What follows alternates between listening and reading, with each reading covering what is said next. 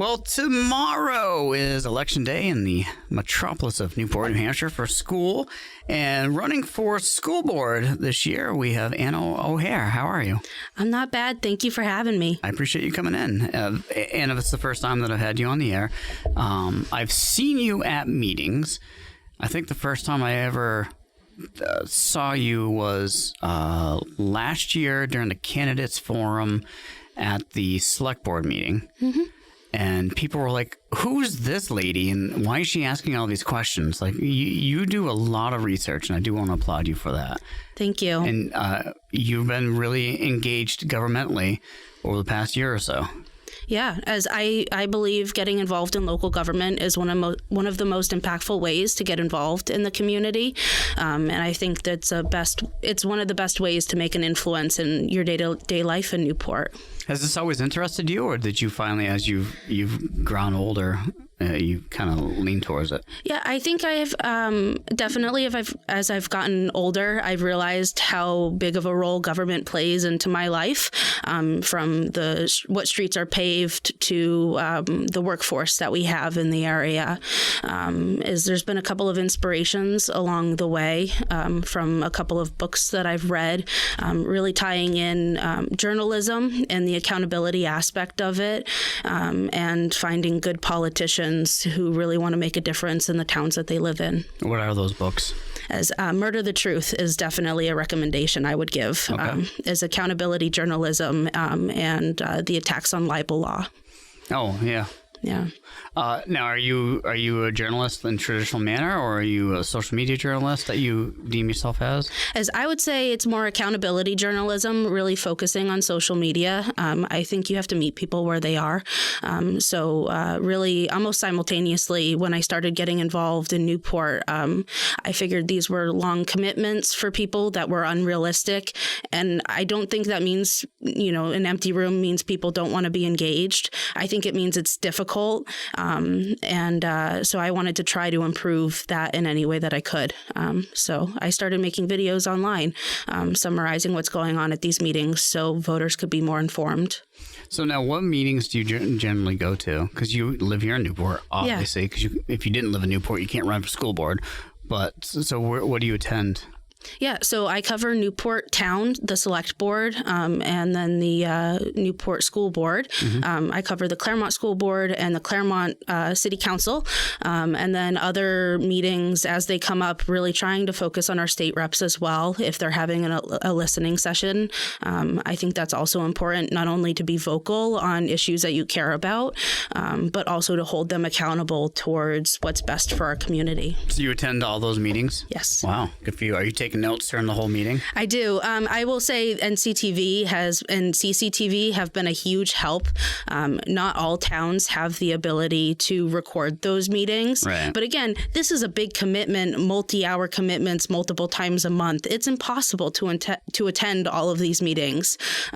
So if I don't attend in person, I'm watching the video back later. And the bench at the select board meeting is not comfortable. No. I'm just saying. Is bring a pillow if you're going to attend, and an energy drink and a protein bar just in case. Ann O'Hara is in O'Hara, right? O'Hara is in studio. And so you decided to run for school board. So what between school board and select board, or planning or any of the stuff, why did you decide school board? Yeah, I think I have a history in education. Education's a calling. I'm not a teacher, but education has really played a role in where I am today. From my associate's degree at the community college to now working in higher ed, currently seeing freshmen come in and they're so hopeful about their future. And I think elementary school, middle school, high school, our local towns, our public schools are one of the best places to invest. So you decided because of your interest in education that school board was. So if elected, if the citizens of Newport vote for you for school board tomorrow, what would be something that what change would you want to implement, or what would you want to keep as is? Yeah, I think Newport's made a lot of progress. As I know, we get a bad name, and not many people know what's going on inside of our schools. But our attendance is up. Our behavior is down, drastically down. I think I heard 44% cut in behavioral issues. Curriculum is up, and I think we need to keep that momentum going. As I'd like to focus on getting the public more involved and engaged, making those meetings more accessible, making the information more accessible, really breaking down what goes into a public schools, what's legally required, what's an optional expense, really giving the voters more information and more options to get involved. How would you do that? Yeah, well, I think changing how the board communicates to the public is important. As utilizing social media, meeting people where they are is really a principle of the campaign. So finding out where people are currently, meeting with moms. If there's a PTO group, I believe there is in Newport, going to those meetings, really meeting parents and seniors, showing up in places that you wouldn't expect, even if that means going door to door. I plan on doing that later today. Okay. And I know that you're out there pushing hard, working on your campaign. And is this the first time you've run for anything before? It is. What are you experiencing? Name recognition, I know, goes a long way. Mm-hmm. This was sort of a shorter campaign cycle for me. So I think getting my name out there, even if I don't win, I feel like I've learned a lot. Right. And I want to better my community. So it's really getting the name recognition out there. But even if I'm not on the board, I will definitely still be part of the process. I know the Newport School District saw a significant cut in budget this year. What's your thoughts on that? It's concerning. We're between a rock and a hard place. Seniors getting pushed out of their homes, and support staff at risk.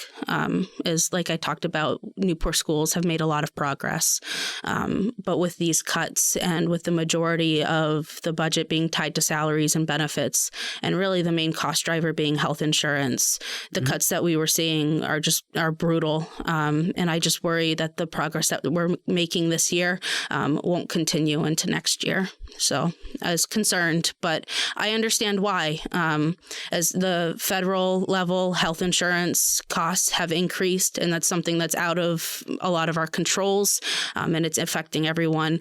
At the state level, school funding is a major problem. And then at the local level, having people informed on why costs are going up is really important.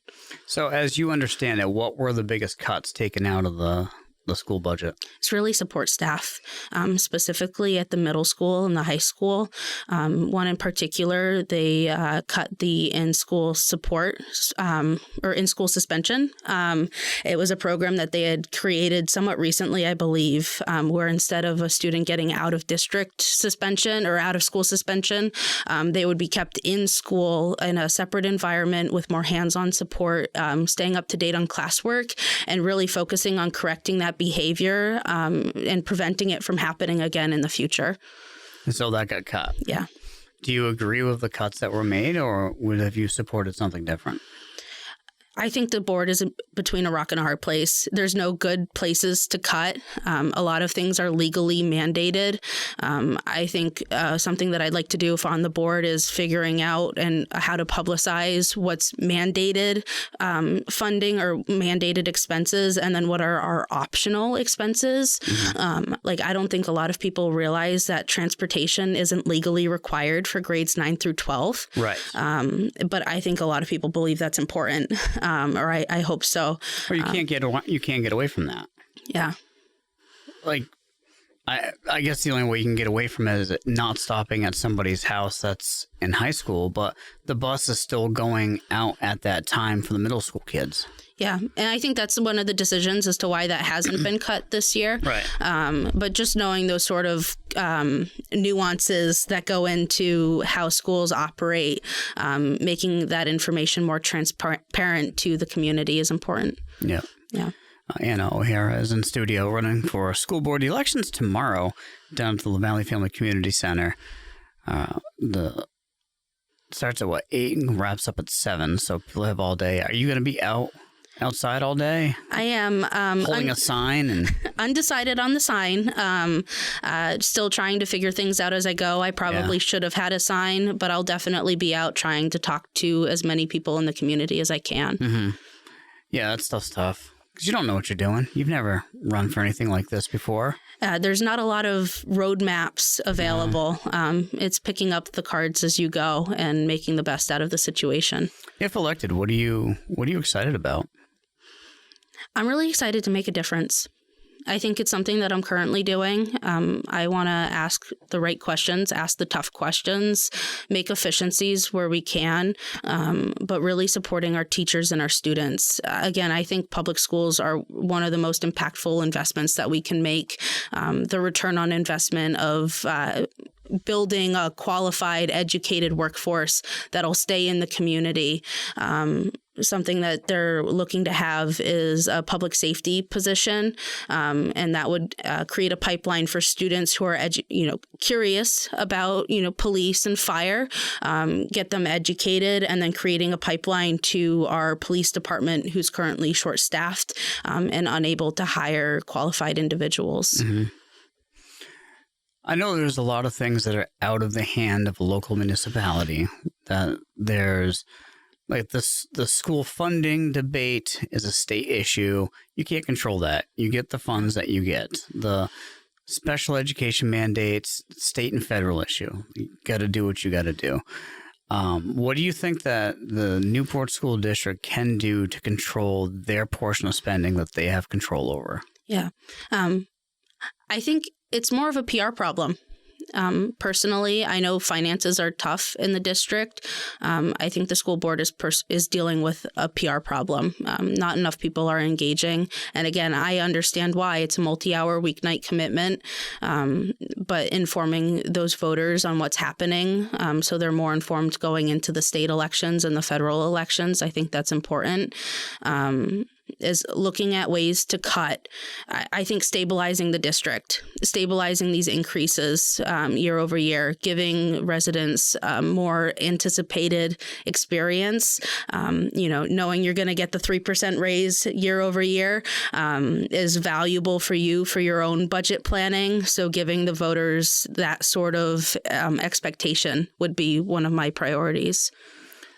So, Anna, as people are going to be heading into the polls tomorrow for the town of Newport voting for school, what is your 30-second elevator speech as to why they should vote for you? Putting me on the spot. I really care about this community. I really want to focus on engaging and informing our community, making it easier to participate, bringing some more transparency along with that, and meeting people where they are. I think that's so important for the district. And public schools are truly... It's an investment. It's an investment that a lot of people overlook. So even if you're not out there voting for a candidate, going and participating in the elections, it's a way to impact your day-to-day life here. And there's a lot on the ballot, from the warrant articles to the budget, to who you elect to lead schools going forward for the next 3 years. I wish you the best of luck. The election's tomorrow from 8 a.m. until 7 p.m. at the La Valley Family Community Center. Anna, thank you for coming in. Thank you for having me.